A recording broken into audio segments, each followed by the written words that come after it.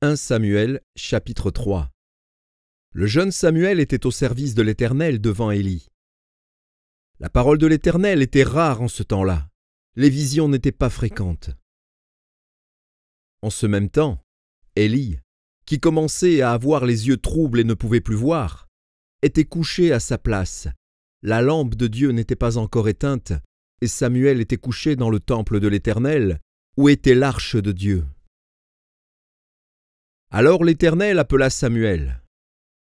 Il répondit, « Me voici. » Et il courut vers Élie, et dit, « Me voici, car tu m'as appelé. » Élie répondit, « Je n'ai point appelé.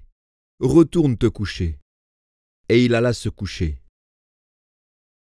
L'Éternel appela de nouveau Samuel, et Samuel se leva, alla vers Élie, et dit, « Me voici, car tu m'as appelé. » Élie répondit, « Je n'ai point appelé, mon fils, retourne te coucher. » Samuel ne connaissait pas encore l'Éternel, et la parole de l'Éternel ne lui avait pas encore été révélée.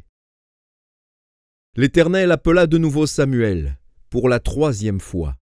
Et Samuel se leva, alla vers Élie, et dit, « Me voici, car tu m'as appelé. » Élie comprit que c'était l'Éternel qui appelait l'enfant, et il dit à Samuel, « Va, couche-toi.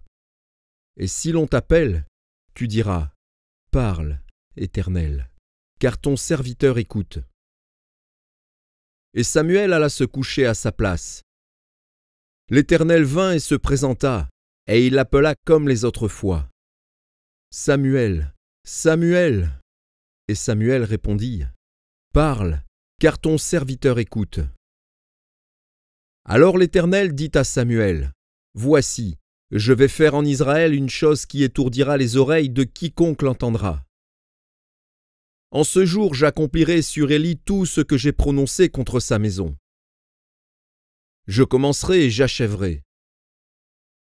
Je lui ai déclaré que je veux punir sa maison à perpétuité, à cause du crime dont il a connaissance, et par lequel ses fils se sont rendus méprisables sans qu'il les ait réprimés.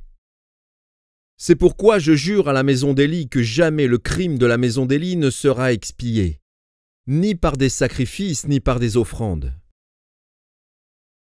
Samuel resta couché jusqu'au matin, puis il ouvrit les portes de la maison de l'Éternel.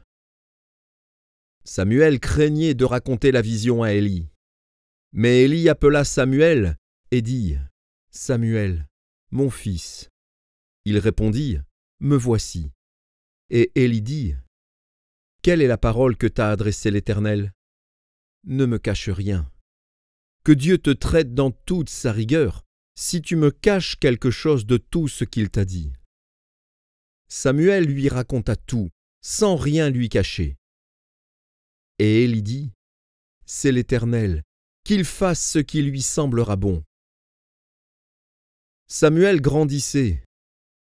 L'Éternel était avec lui, et il ne laissa tomber à terre aucune de ses paroles. Tout Israël, depuis Dan jusqu'à Beër-Shéba, reconnut que Samuel était établi prophète de l'Éternel. L'Éternel continuait à apparaître dans Silo, car l'Éternel se révélait à Samuel dans Silo par la parole de l'Éternel.